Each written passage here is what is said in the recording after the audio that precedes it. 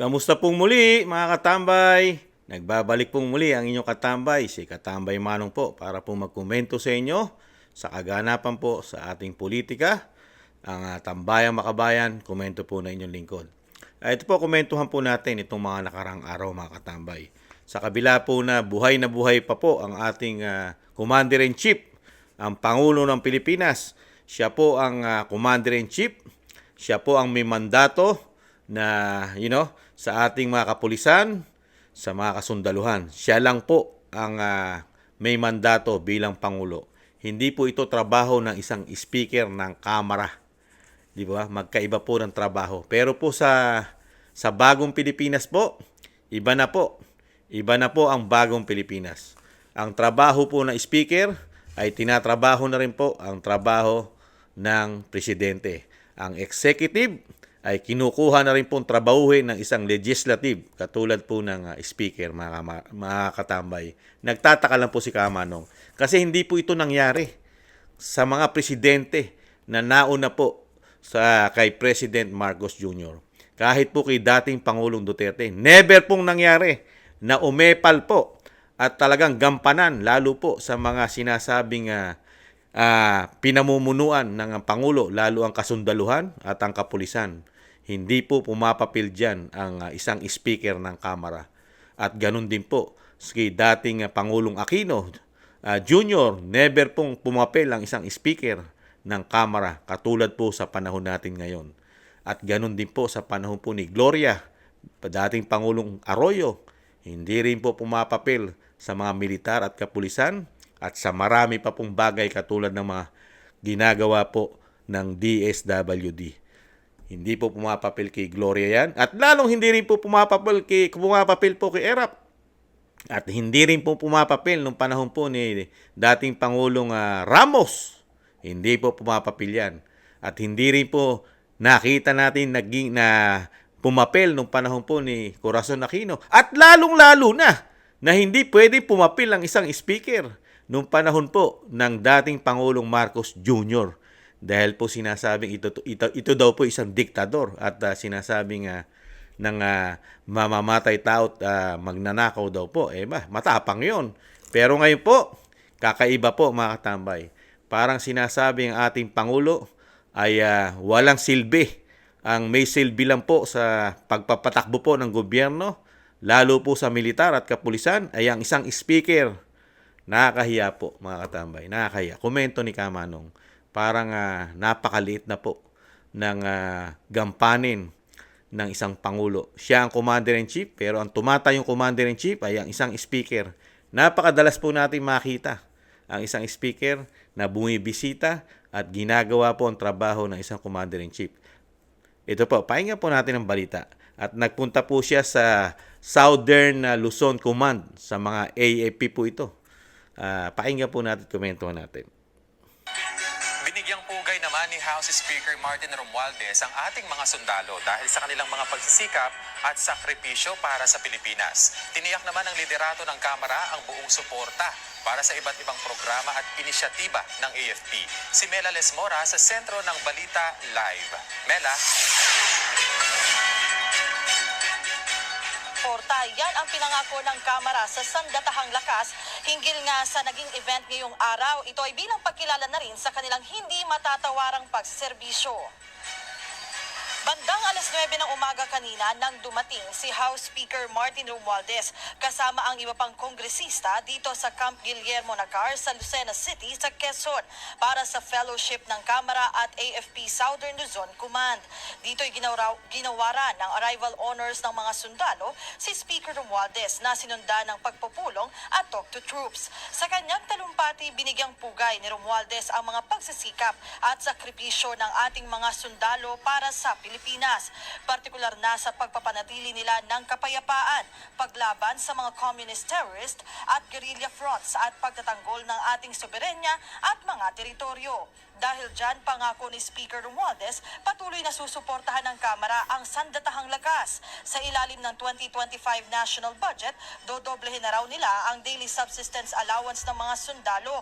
Mula sa 150 pesos per day, gagawin na yung 350 pesos kada araw. Bukod dito, patuloy rin daw ang suporta ng mga kongresista sa AFP Modernization Program. Gayon din sa iba pa nilang inisyatibo at programa para mapaigting pa ang kanilang paglilingkod sa bayan. Samantala, kanina bukod sa Ay nako mga katambay, it's amazing only in the Philippines na isang speaker talagang nagpapaka-presidente mga katambay. Talagang may basbas po ito. May basbas po ito ng Pangulo na talagang ang tumatayong Commander-in-Chief pagdating po sa mga militar at kapulisan ay isang speaker. Napakarami pong trabaho ng speaker. Nakaka-amaze po. At talagang tahasang sinasabi ng speaker na sila ang bahala lalo po sa mga budget at saka sa sinasabing dadagdagan ng kanilang daily allowance na tataasan daw po mga katambay. Doon po sa 150 pesos ay gagawin ng 350 pesos mga katambay. Speaker po yan mga katambay. Ang dapat po nagbabalita niyan ay isang Pangulo ng Pilipinas dahil siya po ang Commander-in-Chief. Talagang hindi kaya sobra na at talagang napaka tawag po diyan termino sobrang epal pa. Di umano ang tawag po diyan. At talagang sinusulit po yata ang komento ni Kamanong. Hindi kaya napakahina naman ng presidente natin at hindi niya kayang trabahuhin yung tinatrabaho na speaker. Di ba? Yung tinatrabaho po na speaker natin ngayon. Hindi po ba kayang gampanan ng isang presidente natin yung ginagawa ng speaker na siya ang dapat gumampan nito? At siya dapat siya ang dapat pupunta ron. Di ba? Parang ang ating Pangulo hanggang Malacanang na lang, mga katambay. Hindi na po siya, hindi na po siya pupunta sa mga ganitong command o yung mga sinasabing kampo ng mga militar. Puro ang makikita na lang po ng taong bayan ay isang speaker. May nagagawa pa kaya itong speaker natin, mga katambay. Sobrang busy. Hindi niya na po trabaho ang tinatrabaho niya. Wala na po siya sa legislative. May oras pa kaya siya magbalangkas at tumulong sa problema ng bansa, lalo sa kahirapan at sa nagtataas ang bilihin? Wala po ba silang solusyon dito sa kakulangan ng trabaho at yung sweldo ng taong bayan, sweldo ng manggagawa? Dito po, napakadali nilang itaas ang allowance. Napaka 100, bali 200 pesos po itinaas nila rito. Mga katambay, yung daily allowance na 150 gagawin 350. Samantalang yung sweldo ng mga Pilipino, 100 piso pa lang, na-reject pa ang sweldo idadagdag, di ba? Hirap na hirap. Pero pagdating sa kasundaluhan natin, talagang buhos po sila at napakadali po nilang aksyonan. Bakit kaya? Di kaya ito kumukuha sila ng proteksyon? Komento ni Kamanong. Dahil alam naman natin ng kasundaluhan, lalo sa pagka ang problema yung panunungkulan mo ay nagkakanda gewang-gewang na at marami ng issue sa iyo ang taong bayan, malaki ang posibilidad na di po ba ang militar, ang ating sandatahang lakas, ang siya lang talagang po pwedeng gumawa para makapagpaalis sa isang presidente ng Pilipinas. Dahil yan, nakita po natin yan, yung mga galaw ng mga panahon na pinaalis ang dating Pangulong Marcos Sr., di ba? Mga kasundaluhan po ang kumuha halos. At dinala sinabing dadalin daw sa Paway. Yung pala Hawaii. Honolulu, Hawaii pala. Imbis na Paway. Kasi yung Paway po, yun po yata yung lugar na kung saan po ang Ilocos, doon po tagaroon po ang dating Pangulong Sr. at ang Pangulong Marcos Jr. sa Ilocos sa Paway at napunta sa Hawaii. Yeah. Siyempre po, sa tulong na rin po ng Amerika, mga katambay, Amerika. At nasundan po yan, di po ba, nung panahon po ng Pangulong Marcos Estrada. Naalis din po siya sa kanyang halos 2 taong panunungkulan. Di ba? Na nagkaroon ng pag-aaklas, taong bayan, at ang puwersa ng kasundaluhan pa rin. Di ba? Ito kaya, komento ni Kamanong, kaya pilit na ginagawa ng isang speaker na talagang ligawan ng kapulisan at kasundaluhan natin at kung ano-ano ang mga pinapangako at parang binibigyan po ng lollipop, binibigyan ng mga candy para maging contentment o kontento sila sa pagpapatakbo po ng bagong Pilipinas sa ating bansa. Hindi kaya nakakaroon ng suhulan Sa kabila ng ang dating Pangulong Duterte, tinaasa na po ito na mahigit pa sa doble o doble ang kanilang salary at kanilang pension. Pero ang isang speaker na nagpapakapresidente, allowance po, daily allowance po ang ipinangako. Dahil napakataas na po ang sweldo na lalo po ng mga general, di ba? At ang mga pension nito. Kaya lang kung ganito po magpatakbo ang isang speaker na masyado pong gahaman. Komento ni Kamanong, masyadong gahaman sa kapangyarihan. Di ba? Komento ni Kamanong, kasi hindi mo trabaho eh. Tinatrabaho mo yung hindi mo trabaho, ano tawag sa iyo? Di ba? Gahaman. Masyado kang, masyado kang sakim sa kapangyarihan dahil hindi mo nasaklaw ang trabaho na executive. Ang trabaho mo legislative. Di ba? Nasa kamara ka. Di ba? Yun lang ang pwedeng sabihin po ng mga Pilipino, katulad ni Kamanong, yung pagiging gahaman mo sa kapangyarihan. Nagpapaka-presidente ka na. Kaya nagtatanong tuloy ang mga Pilipino, ano pa silbi ng Pangulo ng Pilipinas? Di ba? Naghalal tayo ng isang presidente katulad ng Pangulong Marcos Jr. Ang magpapatakbo po pala at lagi natin mapagkikita sa sandatahang lakas ay isang speaker at DSWD din. DSWD. Mga katambay, siya rin ang gumagampan ng ang commander-in-chief din, ang namamahala po dyan. Siya rin po ang may hawak sa mga departamento ng DSWD. Pero ang speaker pa rin ang napagkikita natin. At kahit lalaki ng muka, kahit po dito, napakalaki ng muka, mga katambay. Ang tarpaulin. Napalaki ng tarpaulin ng speaker. Talagang malaki pa sa parang kasing laki ng billboard sa Cubao, mga katambay, sa EDSA. Ang laki na daladalang pagmumuka ng isang speaker. Kahit po sa ayuda, pag nagpapamigay na ayuda, kilalaki po ng pagmumuka ng mga politiko para pong pera nila. Pera nilang daladala at ipinagmamalaki po sa taong bayan, mga katambay. Lalo po dito, parang silang may dala ng sinasabing daily allowance na ibibigay po sa kasunduluhan. Parang pera nila ipinangako nila, mga katambay. Pera po natin yon. Pera po ng taong bayan yon. Pera po ng taxpayer yon. Pero, kine-credit po yata nila sa mga sarili nila. Parang sila ang may dala ng sinasabing dagdag biyaya na makukuha ng mga kasundaluhan ng ating AFP. Ito po sa Southern Luzon, mga katambay. Sa may bandang papuntang Lucena po ito. O yung mga Tagalogan, di ba?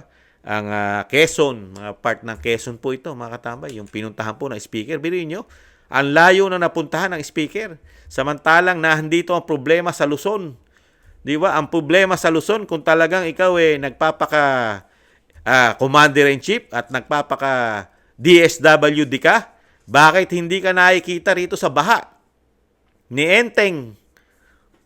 Di ba? Yung baha po, yung bagyo, dalawang bagyo po, di ba?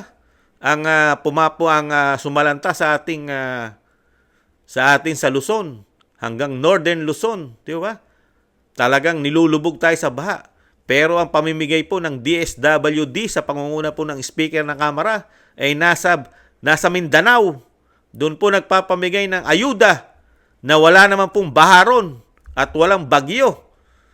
Kaya nakakaawa po ang ating mga kababayan. Tapos ngayon, dito naman po siya nagpunta sa Northern Luzon, ang speaker, mga katambay. Dala-dala na naman po ang pera ng taxpayer. Alam niyo po, ang bit na salapi at pangako at bilyong-bilyong ayuda, ang dala-dala po ng isang speaker ay pera ng bayan. Pera po ng bayan ang dala. At ipinagmamalaki po sa mga tao yung pera ng bayan, pera ng taxpayer. Di po ba?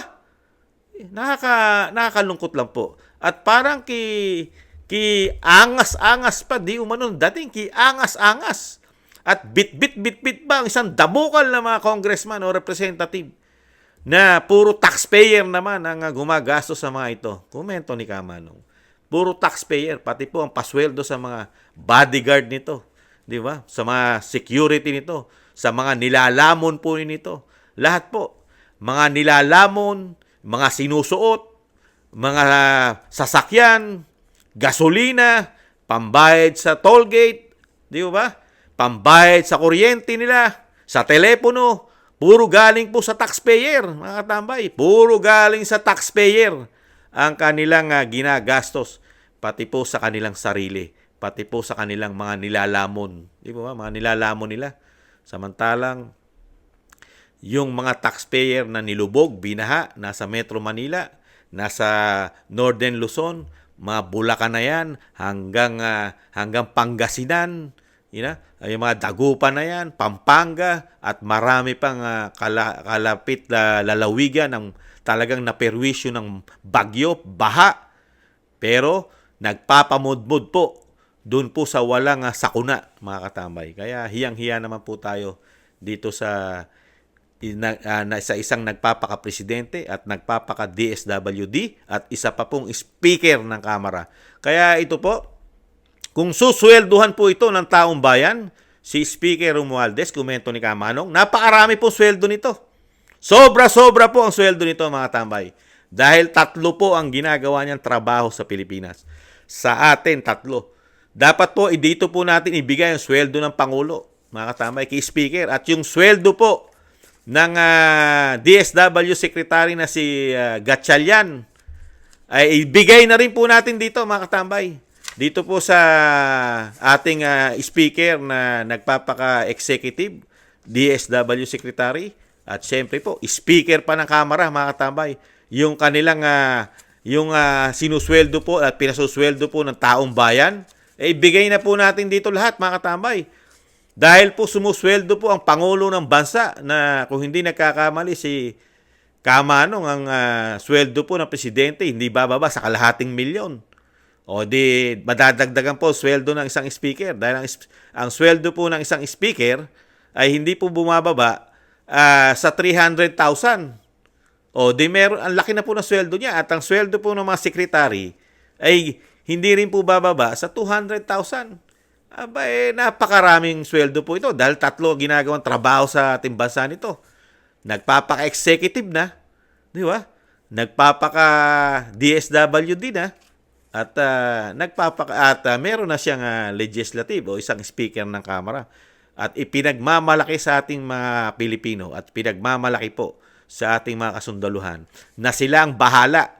Sila ang bahala sa mga budget at yung mga pinangako nila sa mga kasundaluhan natin, mga katambay. Parang pera nila ipinapangako, mga katambay. Ni hindi man lang mabanggit ang taong bayan na nagpapakahirap magtrabaho para lang makapag-tax, mabawasan ng tax ang aming kakarampot na kita, di ba? Yung kakarampot na kita natin, binabawasan pa ng tax para po dito sa mga politiko, para po magamit nila na pondo o yung sinasabing paglamo nila, yung nilalamong kasi nila galing sa taxpayer yan eh. Yung kanila sinusuot, yung pambayad sa kanilang katulong, yung pambayad sa kanilang kuryente, yung magaganda nilang sasakyan, di ba? Mga service, mga seguridad nila, security, kumpleto po yan, puro binabayaran po ng taong bayan yan, mga tambay. At lahat po ng masasarap, yung inuulit ko pati yung kinain nila sa SONA, na 20 million, isang damukal na pagkain yun. Taong bayan po nagpalamon nun. Taong bayan na nagpalamon dito po sa mga mambabatas sa SONA. Dahil pera po ng taxpayer po yan, mga katambay. Kaya nagpapakain po sa SONA. Ang gaganda po ng mga suot nila. Taong bayan po. Pinagpawisan po ng taong bayan nyo. Pinagpawisan ng mga ordinaryong Pilipino. Ang nilalamon po nila nung SONA, mga katambay. Totoo po yun. Real talk po yun. Di ba? Pati ang nilalamon ng Pangulo at ng nasa Malacanang, yung ginagawa nilang mga party-party at kung ano-anong mga masasarap na, na ginagawa nila na pera ng taong bayan po ginagastos doon. At ganun din po sa Senado. Pera po ng taong bayan po yung nilalamon nila ron, yung ginagastos nila ron, ganun din sa Kamara. At lahat po ng politiko sa ating bansa, na lahat po ng nilalamon nila, lahat ng nakukuha nilang yung pakinabang sa atin po nanggagaling lahat ang pakinabang, mga katambay. Kaya nga ang nakakalungkot lang, wala tayong makitang magandang serbisyo. Yung serbisyo po hindi natin makita, mga katambay. Yung sa kabila ng ini-spoiled natin sila sa pera at yung sinasabing sa masasarap na pagkain, isang damukal, kahit ano pwede nilang lamunin at kahit ano pwede nilang gawin sa pera ng taxpayer. Pero ang trabaho po nila sa atin, ito lang. Parang sinabi mo, ito lang. Sa dami ng bilyon-bilyon, trilyon-trilyon na pinopondo mo taon-taon, ito lang ang trabaho mo. Ganito lang. Pumunta ka lang sa southern Luzon para puntahan ang kampo ng AFP para bigyan ng pera na galing sa taxpayer. Pinagmalaki mo na. At pumunta ka sa Mindanao, sa Davao City, para magpamigay ka ng ayuda ron. Galing sa amin. Yun lang ang trabaho mo. Di ba? At mamuliti ka. Puro politika.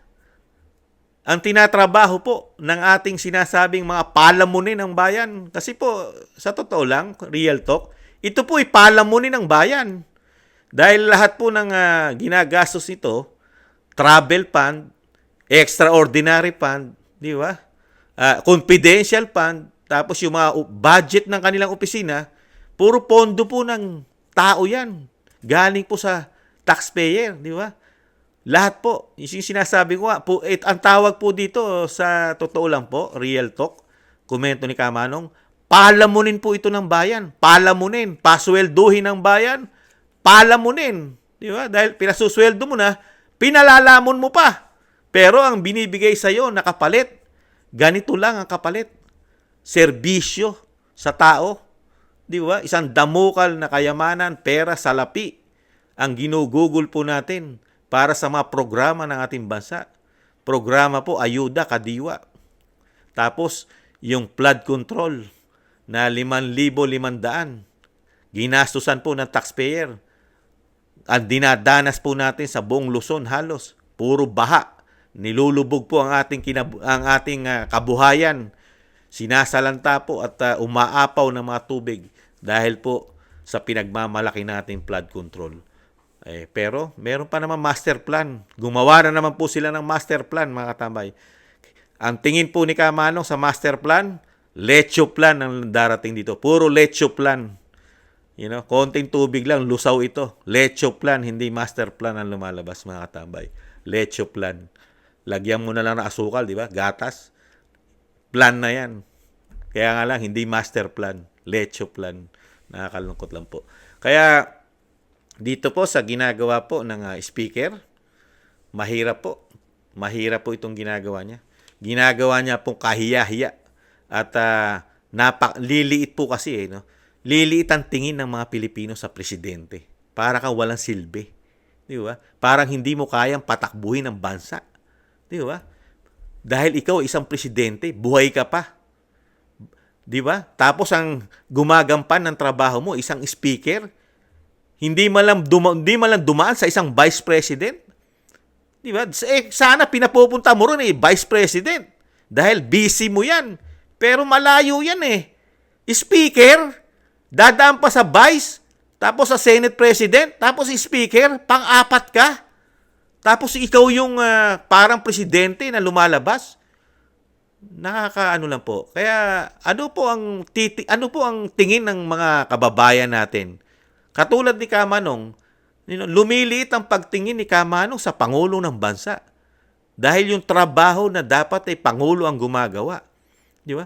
Isang speaker, isang legislative, sana man lang ang gumagawa niya na isang parte ng executive. Katulad po na isang vice president. Kung hindi mo kayang puntahan, di utusan mo o bigyan mo ng trabaho ang isang vice president. Dahil parte ng executive ang vice president, hindi katulad ng speaker. Nasa legislative siya. Di ba? Kaya lang, meron po kasi itong halo na politika. Pinapractice na po yata ng isang speaker ang maging presidente ng bansa. Kaya siguro, komento ni Kamanong, kaya pinapractice niya na, sinasanay na yata niya ang sarili niya. Dahil alam naman po natin, mga nakaraan, di ba? Yung mga panliligaw, yung mga sinasabing mga kaalyado na, magmula sa mga gobernador, di ba? Yung mga gobernador doon ng Cebu, nakuha na nilang lahat. Tapos yung panliligaw nila sa mga kapitan, di ba? Yung mga kapitan, di umano, hahabaan daw ang termino ng mga kapitan. Ngayon, mga AFP naman po ang binubusog sa pangako, mga katambay. Susunod, ano naman kaya susunod? Mga mayors. Wala pa tayong nababalita sa mga mayors eh. Kapitan, yung mga AFP, kapulisan, etong mga governors sa Bisaya, at mga kapitan, ano pa kaya? Mayor na lang mga katambay. Para po makuha na nila lahat ang sinasabing magpapanalo sa kanila. Dahil halos gusto nilang kunin na lahat ang mga politiko, ang samahan o grupo ng politiko sa bansa, mga katambay. Ganyan po katakot. Kasi yung mga ganyan, takot yan eh. Takot. Kasi bakit mo gagawin yan? Napakaagang pamumulitika. Napakaaga. Sa sobrang aga mong pamumulitika, lalo kang nakikilala ng mga Pilipino. Lalo ka nakikilala na nagpapasweldo sa'yo. Ang mga Pilipino nagpapasweldo sa'yo. Hinahanapan ng mga Pilipino, kahit ni Kamanong, hinahanapan ni Kamanong ang mga empleyado, ang mga empleyadong politiko. 3 taon po ang mga representative at 6 na taon ng mga senador. Ano ang ginawa niyong trabaho sa amin? Di ba? Paswelduhin namin po kayo. Palamunin po namin kayo. Ano po ang ibabalik niyo po sa amin? Ano po ang ipagmamalaki niyo sa amin? Ano ang ipagmamalaki ng mga ito sa atin? Pati ang Pangulo ng Bansa. Ano ipagmamalaki sa atin ng Pangulong Marcos? Yung trabaho niya, tinatrabaho na ng iba. Ano ipagmamalaki mo? Wala ka ipagmamalaki sa mga Pilipino dahil mismo yung trabaho mo, iba tumatrabaho. Di po ba mga tambay?